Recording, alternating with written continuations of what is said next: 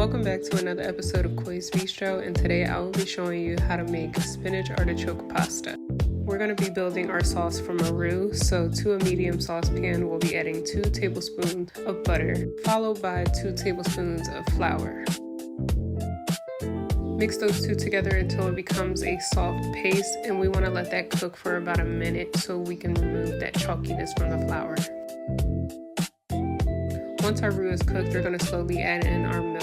You really should be using a whisk for this process, but unfortunately I don't have one, so I'm just working with what I have. Our sauce is beginning to thicken, so we're just going to add a little bit more milk because it will thicken even more once we add our cheeses. Next, you want to add your onion powder, garlic powder, salt to taste, as well as black pepper. If you start to see bubbles, you want to turn the heat off so it doesn't cook your milk, which is what I did. I then added 8 ounces of cream cheese and gave that a stir. But as I was stirring, I was like, I want this to be extremely smooth. So I went ahead and poured everything into the blender. I added in Parmesan, Asiago, and Romano cheeses, as well as Pecorino Romano, and then went ahead and blended. Place my contents back into the pot, and as you can see, everything is now velvety smooth. So we're going to move on to the next step. I used an entire jar of artichoke hearts, which was about 6.5 ounces, that I just chopped up, and then I'm going to saute those on the stove with some chopped spinach. You can absolutely use fresh spinach, but in this case I used frozen, so if you're going to go the frozen route, be sure to strain all the moisture. But first, let's cook up these picanha steaks. We're going to start off by rendering the fat from the caps, and we'll be using that oil to help sear our steaks.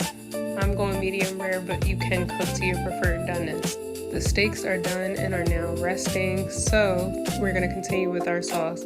To the pan, I added 1.5 tablespoons of butter, my chopped artichoke hearts, about 1.5 tablespoons of minced garlic, and finally our chopped spinach. Give that a stir and let those flavors marry for about 1 to 2 minutes, and then we're going to follow that up with our creamy cheese sauce.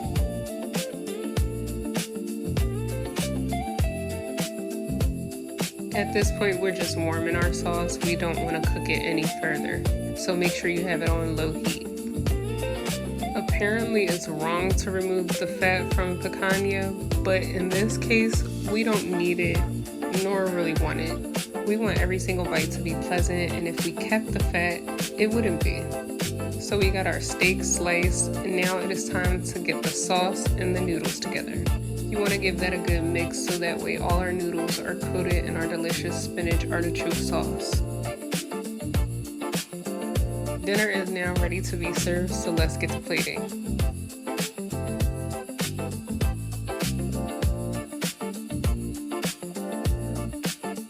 Bon appetit, it is time to eat. Thank you for sticking around and watching my video. If you enjoyed it, give it a thumbs up, like and subscribe, and I'll see you next time.